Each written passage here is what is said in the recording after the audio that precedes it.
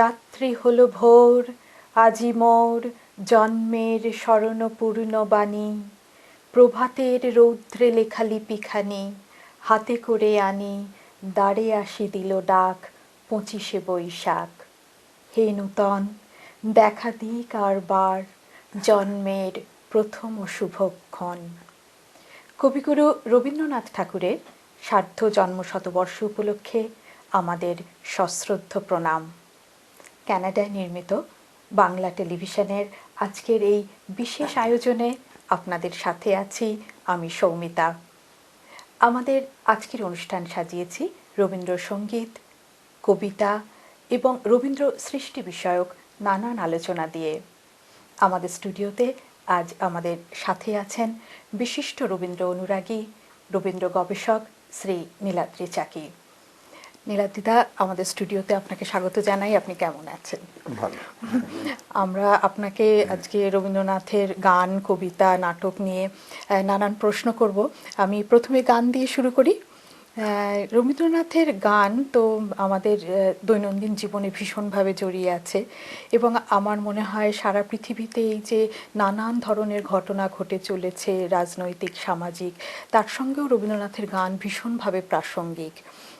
আপনি যদি একটু সেই সম্বন্ধে আমাদের বলেন। দেখো, রবীন্দ্রনাথের গান তো আদিগন্ত বিস্তৃত। এইখানে একটা বিষয় আমি বলতে চাই যে স্পিরিচুয়ালিজম, রবীন্দ্রনাথের গানের মধ্যে এই আধ্যাত্মিকতা আমি অনুভব করি সবসময়। যেমন ধরো সত্যজিৎ রায় তার শেষ চলচ্চিত্র আগন্তুকে এই রবীন্দ্রনাথের গান একটা অদ্ভুত সুন্দরভাবে ব্যবহার করেছেন। যে গানটা হলো অন্ধ জনে দেহ আলো, মৃত জনে দেহ পান, তুমি করুণামৃত সিন্ধু, করুণা কণা করদান। এই যে ধরো এই যে গানটার মধ্যে তারপরে অবশ্য একটা কথা দিয়েছেন উনি যে কে দেবে আলো, কে দেবে প্রাণ। এই সত্যজিৎ রায় নিজেও লিখেছেন এবং বলেওছেন দু এক জায়গায় যে ওনার মনে একটা নতুন উপলব্ধি এসেছে, নতুন বোধ এসেছে। এবং দেখো, চিন্তা করে দেখো এর মধ্যে স্পিরিচুয়ালিজমটা কোথায় আছে। রবীন্দ্রনাথের গানের মধ্যে এই ঈশ্বর পৃথিবী ভালোবাসা অথবা ভালোবাসা ঈশ্বর পৃথিবী, তুমি যেভাবেই কথাটা বলো, এটা সমস্ত জড়িয়ে রয়েছে। কোনটা যদিও আমরা ভাগ করেছি পূজার গান, প্রেমের গান এবং বিভিন্নভাবে প্রকৃতির গান, কিন্তু কোথায় যেন মনে হচ্ছে, যেমন ধরো প্রকৃতির বর্ষার গান দিয়েছিল, এসেছিল তুমি আসো নাই জানায় গেলে, সম্মুখের পথ দিয়ে পলাতকা ছায়া ফেলে। গানটা যদি শোনো হঠাৎ করে মনে হবে এটা প্রেমের গান। সে এইভাবেই পূজার গানকেও মনে হয় প্রেমের গান, কিংবা প্রেমের গানকেও মনে হয় পূজার গান। এই যে সমস্ত মিশে রয়েছে এই স্পিরিচুয়ালিজম। এবং আজকের দিনে ধরো সব রকম ধর্মের মানুষ রবীন্দ্রনাথের গান গাইছেন, বাঙালি মাত্রই রবীন্দ্রনাথের গান গাইছেন। আচ্ছা নীলাদ্রিদা, আবার ফিরে আসছি আলোচনায়, একটা গান শুনে নিই আমরা।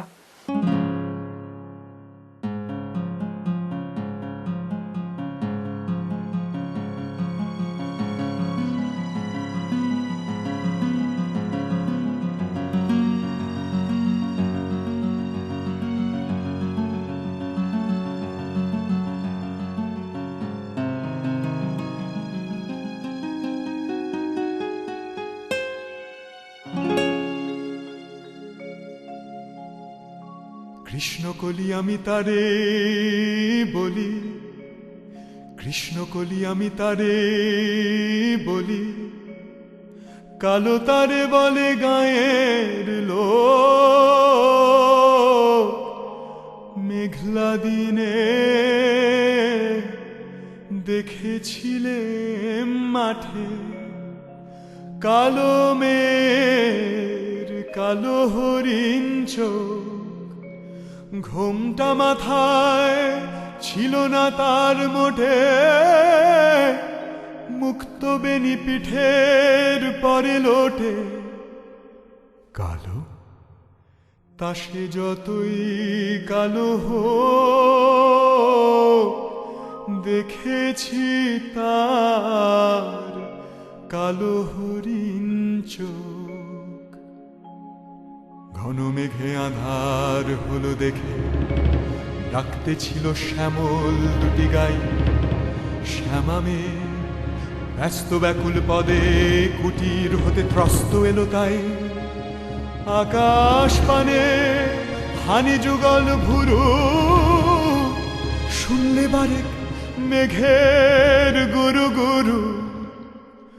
কালো তা সে যতই কালো হোক, দেখেছি তার কালো হরিণ চোখ। পূবে বাতাস এলো হঠাৎ ধেয়ে, ধানের খেতে খেলিয়ে গেল ঢেউ। আলের ধারে দাঁড়িয়েছিলেন একা, মাঠের মাঝে আর ছিল না কেউ। আমার পানে দেখলে কি নাচে, আমি জানি আর জানে সেই মেয়ে। কালো তা সে যতই কালো হোক, দেখেছি তার কালো হরিণ চোখ। এমনি করে কালো কাজল মেঘ জ্যৈষ্ঠ মাসে আসে ঈশান কোণে।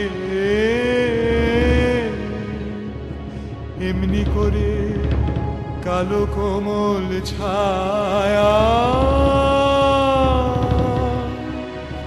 আষাঢ় মাসে নামে তমাল বনে। এমনি করে শ্রাবণ রজনীতে হঠাৎ খুশি ঘনিয়ে আসে চিতে।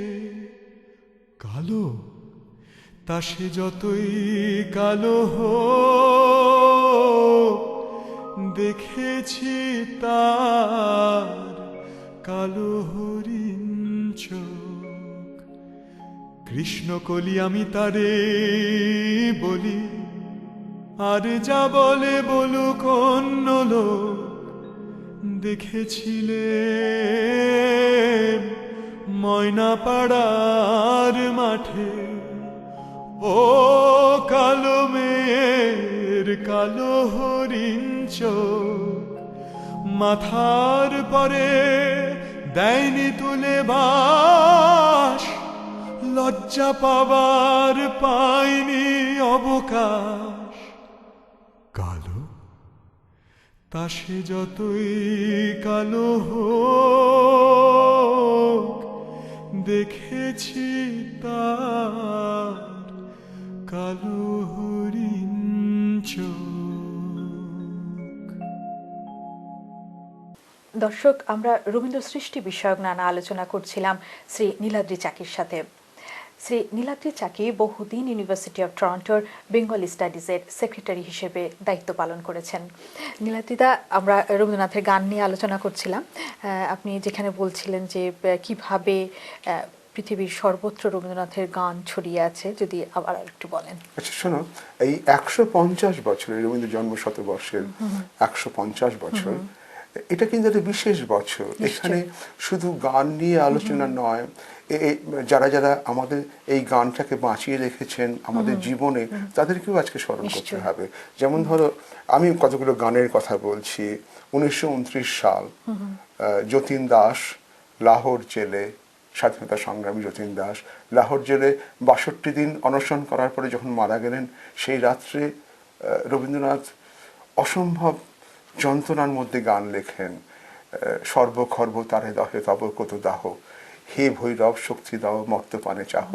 এই যে গানটা যখন শুনি, আমার কাছে যেন সম্পূর্ণ সেই বেদনা আমাদের সব কিছুর মধ্যে দিয়ে ফিরে আসে আমাদের কাছে। যেমন ধরো 71-এর মুক্তিযুদ্ধের সময় যখন দেখি যে মানুষ কত নিষ্পেষিত হয়ে মারা গেছে ও দেশে, কত অসহ্য যন্ত্রণার মধ্যে, তখন যেন মনে হয় সর্বখর্ব তারে দহে তব কত দাহ, হে ভৈরব শক্তি দাও। এই যে ধরো বলছি, আমি আবু জাফর শামসুদ্দিন, তার লেখার মধ্যে আমি দেখেছিলাম একটা জায়গায় উনি লিখেছেন যে ৭১-এর সময় যে মুক্তিযুদ্ধের সময় যে গান ছিল আমাদের প্রেরণা, পরবর্তীকালে সেই গান আমাদের জাতীয় সঙ্গীত, সেটা হচ্ছে আমার সোনার বাংলা আমি তোমায় ভালোবাসি। সেটা ১৯০৫ সালে লেখা। ৭ই আগস্ট প্রথম গাওয়া হয় সেই গান ১৯০৫ সালের কলকাতা টাউন হলে। আবার ফিরে আসছি আলোচনায় রবীন্দ্রনাথ সৃষ্টি সম্পর্কে।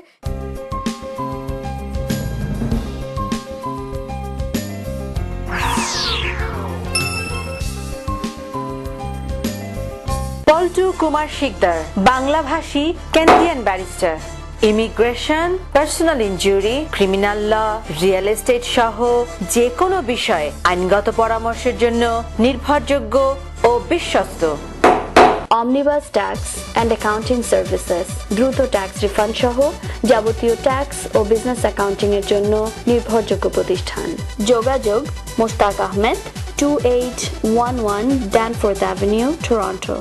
একটি স্বপ্নিল বাড়ি, একটি লাভজনক ব্যবসা, একটি নির্ঝঞ্ঝাট কন্ডোমিনিয়াম।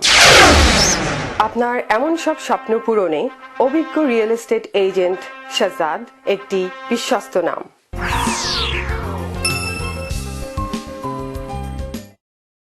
আমরা কথা বলছিলাম শ্রী নীলাদ্রি চাকির সঙ্গে। নীলাদ্রি চাকি বিশিষ্ট বিশ্ব লোক সংস্কৃতির সংগ্রাহক। আমরা সময় এবং সুযোগ পেলে এই সংগ্রহ আপনাদের সামনে তুলে ধরব এই আশা রাখি। নীলাদ্রিদা, আবার ফিরে আসছি আলোচনায়। এবার আমরা রবীন্দ্রনাথের কবিতা নিয়ে কিছু কথা বলবো।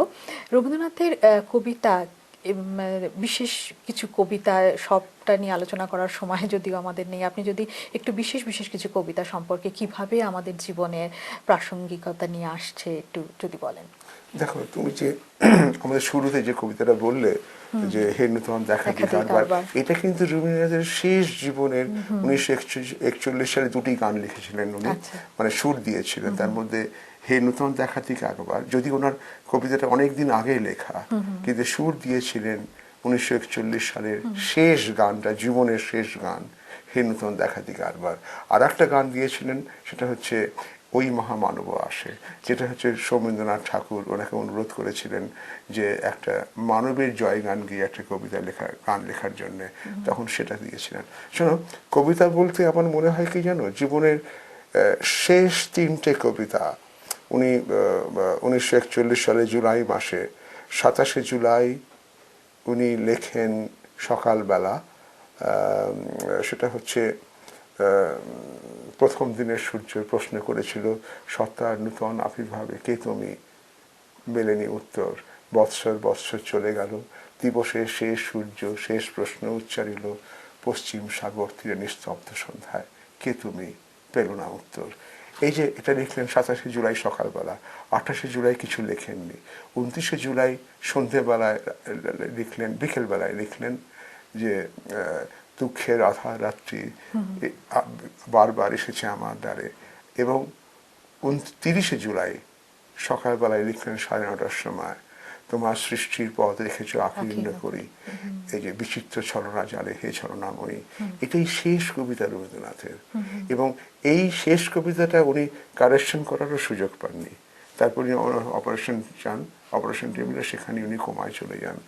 এই যে তিনটে কবিতা, আমাকে যদি জিজ্ঞাসা করো যে এই তিনটে কবিতা যেন তিনটে একটা মহাকাব্য, তিনটের মধ্যে থেকে যেন সমস্ত রবীন্দ্রনাথের সমস্ত সত্তা বেরিয়ে আসছে। এই তিনটে আধ্যাত্মিকতা বলো, যাই বলো না কেন, এই তিনটে কবিতার মধ্যে রয়েছে।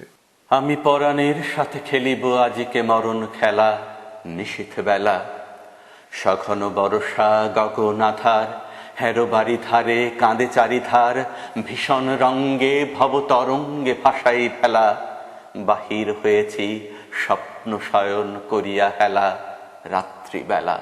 ওগো পবনে গগনে সাগরে আজিকে কি কল্লোল, দে দোল দোল, পশ্চাৎ হতে হাহা করে হাসি, মত্ত ঝটিকা ঠেলা দেয় আসি, যেন এ লক্ষ্য যক্ষ শিশুর অট্টরোল, আকাশে পাতালে গগনে মাতালে হট্টগোল, দে দোল দোল। আজ জাগিয়া উঠিয়া পরাণ আমার বসিয়া আছে বুকের কাছে, থাকিয়া থাকিয়া উঠিছে কাঁপিয়া, ধরিছে আমার বক্ষ চাপিয়া, নিবিড় নিঠুর বন্ধন সুখে হৃদয়ে নাচে, ত্রাসে উল্লাসে পরাণ আমার ব্যাকুলিয়াছে বুকের কাছে। হায় এতকাল আমি রেখেছিল তারে, যতন ভরে শয়ন পরে, ব্যথা পাছে লাগে দুঃখ পাছে জাগে, নিষেদিন তাই বহু অনুরাগে, বাসর শয়ন করেছি রচন কুসুম ধরে, দুয়ার রুধিয়া রেখেছিল তারে গোপন ঘরে যতন ভরে। ঢালি মধুরে মধুর বধুরে আমার হারাই বুঝি পাইনে খুঁজি, বাসরের দীপ নিবে নিবে আসে, ব্যাকুল নয়নে হেরি চারিপাশে, শুধু রাশি রাশি শুষ্ক কুসুম হয়েছে বুঝি, অতল স্বপ্ন সাগরে বুঝিয়া মরি যে জুঝি কাহারে খুঁজি। তাই ভেবেছি আজকে খেলিতে হইবে নূতন খেলা রাত্রিবেলা, মরণ দোলায় ধরি রশি গাছি, বসিব দুজনে বড় কাছাকাছি, ঝঞ্ঝা আসিয়া অট্ট হাসিয়া মারিবে ঠেলা, আমাতে প্রাণেতে খেলিব দুজনে ঝুলন খেলা নিশীথ বেলা। দে দোল দোল দে দোল দোল এ মহাসাগরে তুফান তোল, বধুরে আমার পেয়েছি আবার ভরেছে কোল, প্রিয়ারে আমার তুলেছে জাগায়ে প্রলয় রোল, বক্ষ শনিতে উঠেছে আবার কি হিল্লোল, ভিতরে বাহিরে জেগেছে আমার কি কল্লোল। উড়ে কুন্তল উড়ে অঞ্চল, উড়ে বনমালা বায়ু চঞ্চল, বাজে কঙ্কন বাজে কিঙ্কিনি মত্ত বল, দে দোল দোল।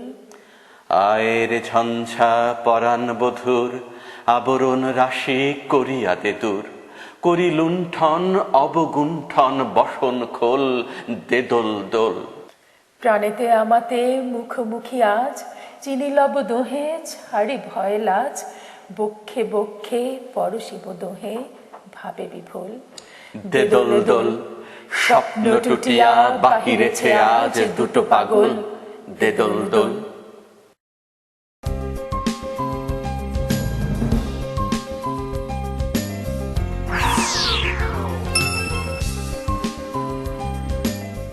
প্রণবেশ পোদ্দার দীর্ঘদিনের অভিজ্ঞতা নিয়ে আপনাদের সেবায়, আরইএসপি লাইফ ইন্স্যুরেন্স, আরআরএসপি নতুন ইমিগ্রেন্টদের প্রাথমিক সেটেলমেন্ট। আমি প্রণবেশ, আপনাদের সেবায় সব সময়। 3028 Danforth avenue. Bangla media, Bangla বই, পত্রিকা, গানের সিডি, নাটক ও সিনেমার বিপুল সমাহার। ড্যানফোর্থ ও ভিক্টোরিয়া পার্ক এলাকায় বাংলা মিডিয়ায় সাদর আমন্ত্রণ। 3000 ড্যানফোর্থ অ্যাভিনিউ, টরন্টো। বাড়ি কিনবেন? সে অনেক ঝামেলা। আমি আপনাকে সাহায্য করব। সঠিক বাড়িটি কেমনে খুঁজে পাবো? আমি আপনাকে সাহায্য করব। মর্গেজ পেতে তো অনেক সমস্যা। আপনার মর্গেজ সমস্যা সহ বাড়ি কেনা বেচার যাবতীয় পরামর্শের জন্য সাজ্জাদ একটি বিশ্বস্ত নাম। নীলাদিদা, এবার আমরা তো গান কবিতা নিয়ে কিছু কথা শুনলাম, একটু যদি সংক্ষেপে রবীন্দ্রনাথের নাটক এবং নাটক পরবর্তীকালে সারা বিশ্বে কিভাবে প্রাসঙ্গিক হয়ে উঠেছে সেই সম্পর্কে যদি কিছু বলেন। শোনো, নাটকের প্রশ্নটা হচ্ছে যে নাটক বলতে আমার কাছে ডাকঘর আর রক্তকরবী আমার সবচেয়ে প্রিয় নাটক। যে ডাকঘর, যেমন ধরো এই যে টরন্টোতেই ডাকঘরের অভিনয় হচ্ছে ইংরেজিতে মেইন স্টেজে, মানে মেইন স্ট্রিম স্টেজ যেটাকে বলো তোমরা, ডাকঘরের অভিনয় হচ্ছে। এবং সিবিসিতে ডাকঘরের অভিনয় হয়েছিল বছর 10 আগে আমার মনে হয়। এই যে ধরো এই যে ডাকঘর, এই একটি নাটক রবীন্দ্রনাথ যদিও লিখেছিলেন 1911 সালে, কিন্তু প্রথম অভিনয় হয় এই নাটকের আয়ারল্যান্ডে। ভারতবর্ষে অভিনয় হয় অনেক পরে, 1914 সালে আয়ারল্যান্ডে অভিনয় হয়, 1917 সালে কলকাতায় জোড়াসাঁকোতে অভিনয় হয়। তখন ঠাকুরদা সেজেছিলেন রবীন্দ্রনাথ নিজে।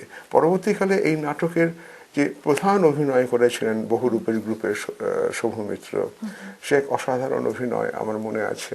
এবং ধরো এই নাটকের মধ্যে ডাকঘরের যে মেসেজটা হচ্ছে আজকাল দিনের যে এখানেও বলছে যে স্পিরিচুয়াল কম্পোনেন্ট ইন লাইফ, এই যে একটি ছেলে অসুস্থ হয়ে সে মৃত্যুকে কাছে আত্মসমর্পণ করছে, মৃত্যুকে গ্রহণ করছে অন দ্য আদার হ্যান্ড, বুঝতে পেরেছো? ওই ডায়লগগুলো দেখো, অসাধারণ ডায়লগ। বলছে, অমল বলছে, সবাই বলছে সময় চলে যাচ্ছে, সময় চলে যাচ্ছে, সময় কোথায় যায়, সেখানে কি আছে, এই যে কথাগুলো এত মর্মস্পর্শী সেই কথাগুলো। এরপরে দেখো তোমার আসছে, তুমি জানো এই ডাকঘরের সবচেয়ে বড় কথা, যেদিন প্যারিস নাৎসি বাহিনী প্যারিস জয় করে নেয়, তার আগের দিন রাত্রে প্যারিস রেডিও স্টেশন থেকে এই নাটকটা পড়া হয়, ডাকঘর। আরেকটা নাটক যেটা বললাম সেটা হচ্ছে রক্তকরবী।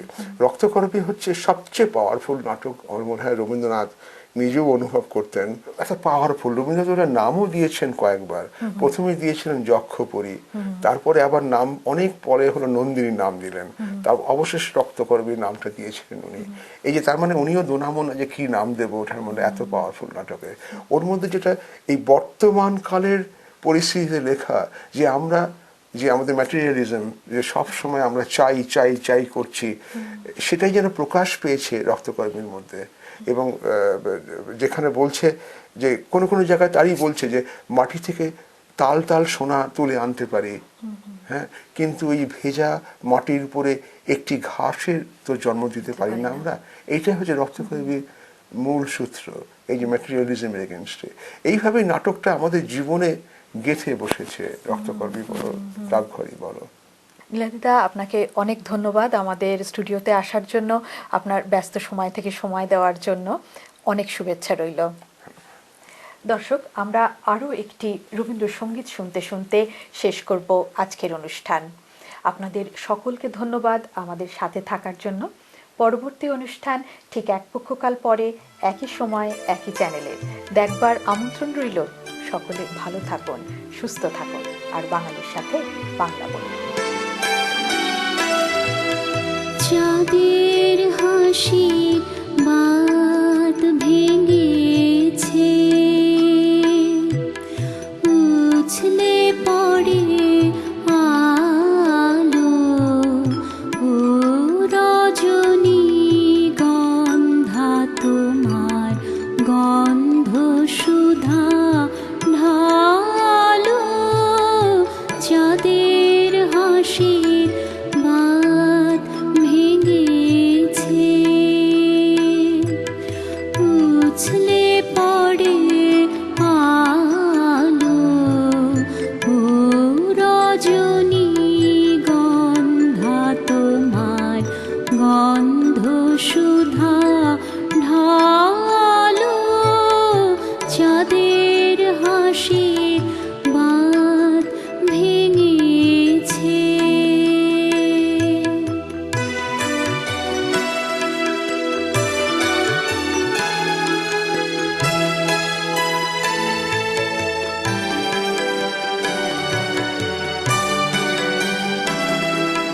পাগল হাওয়া বুঝতে না রে,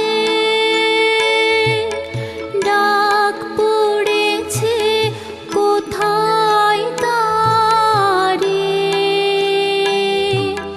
পাগল হাওয়া বুঝতে না রে, ডাক পড়েছে কোথায় তারে, ফুলের বনে যার পাশে যা